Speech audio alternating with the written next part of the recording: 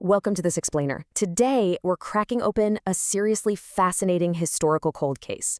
We are doing a forensic dive into a highly detailed manuscript analysis that suggests ancient scribes didn't just, make innocent typos or minor translation errors over the centuries.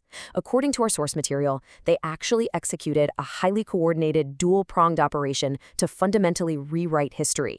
We aren't merely looking at linguistic shifts today, we're looking at an intentional architectural shift in how humanity operates and understands its own past. It's a deep dive into ancient data, hidden motives, and the absolute mechanics of cultural erasure. So let's dive right into this. Think about your calendar for a second. Could a simple change in how we track our days, months, and years actually erase a deeply rooted cultural identity? We are exploring a truly provocative argument presented by the source text today. The question you have to keep in mind is central to our entire investigation. Does the mechanism we use to measure time dictate who we are? The source makes a really compelling case that changing the way humanity measures time and changing a foundational identity aren't just loosely related historical occurrences. In the concrete framework of these ancient manuscripts, they are the exact same event. It sounds almost like science fiction, but the historical data points paint a very clear picture. Section 1, the dual-pronged operation, or, as the data suggests, two crimes, one event. According to the manuscript data presented in our source, the global delusion that disconnected humanity from its original texts wasn't just some random accident of migrating cultures or evolving languages. It was a highly coordinated, dual-pronged operation. Think of it like someone intentionally changing both the venue and the guest of honor for a massive celebration, but without telling any of the actual attendees.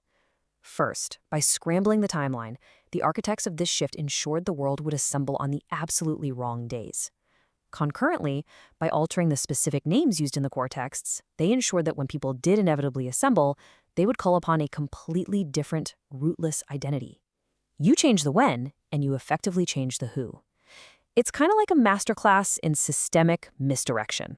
To find the historical origin of this operation, the investigation traces the data all the way back to the era before the flood, specifically to the text of Genesis 4:26.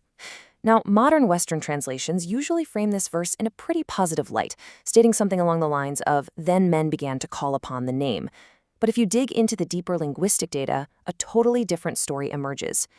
Ancient Hebrew scholarship and Aramaic translations point out that the phrase "began to call" relies on the root word halal, and halal doesn't mean a pure, righteous beginning. It literally means to profane, to defile, or to break an inheritance.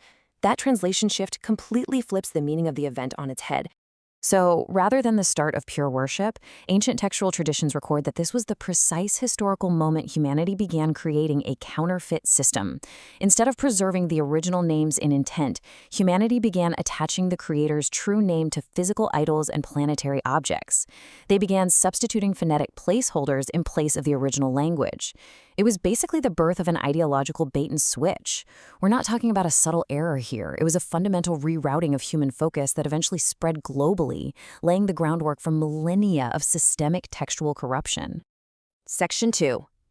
Warnings in ancient texts. Let's look at the prophetic whistleblowers who saw this coming.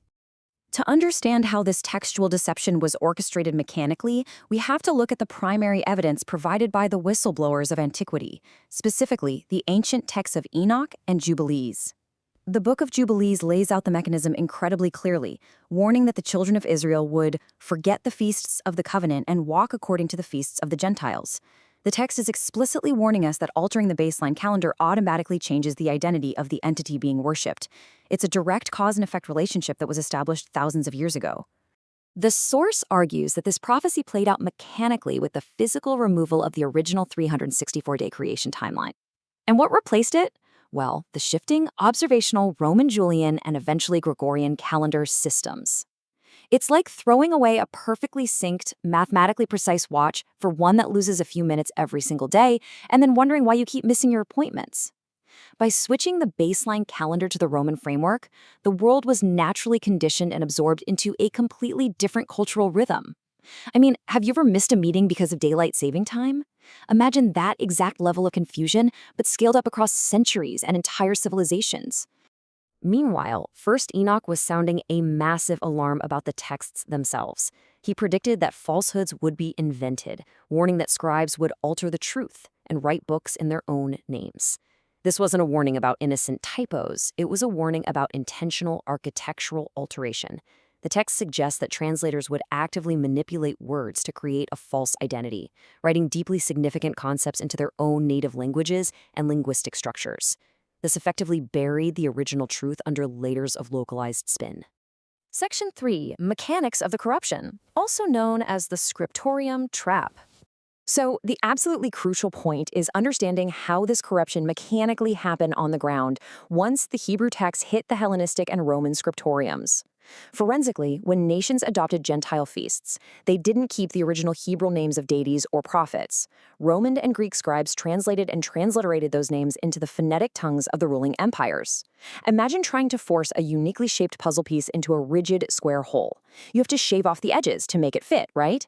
That is exactly what they did. They forced deeply meaningful Hebrew roots into Greco-Latin linguistic structures, entirely squeezing out the original meaning in the process. Section 4. The forensic link. Mapping the pipeline to erasure. The source material ties all of this together into a concrete, data-driven framework. The historical data reveals a literal 4-step pipeline, falling precisely like a series of ideological dominoes. Step 1. Adopt the Gentile solar-lunar drift calendar. Step 2. Because the calendar has drifted off its original axis, you naturally forget the true appointed times. Step 3. This historical void inevitably forces you to align with Gentile culture, adopting their script and their nomenclature. And finally, step 4, the total erasure of the Hebrew root. Adopting a shifting calendar wasn't just about changing dates on a page, it was the first domino in a highly effective mechanism for total cultural absorption. And here is the direct, tangible result of this mechanical pipeline acting across global manuscripts. We see the physical substitution of the deeply rooted Hebrew name Yeshua. In Hebrew, Yeshua isn't just a label, it explicitly proclaims a defined meaning. Yavaha is salvation. But processed through the machinery of those ancient scriptoriums, it was altered line by line into the Greek Jesus and the Latin Iesus. As the source argues, it ultimately became Jesus, a stylized Greco-Roman phonetic placeholder that is completely detached from its foundational linguistic root. By altering the specific phonetics to fit the ruling empire's tongue, the timeline changed, and the true name was buried beneath a universal substitute. Which leaves us with a profound forensic question to conclude this explainer. If the calendar you follow dictates the words you speak, whose timeline are you truly on?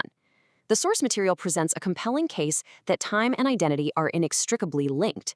The ancient scribes seemingly knew exactly what they were doing when they altered the rhythm of the year. Does the way we measure our days fundamentally dictate who we are and what we call upon?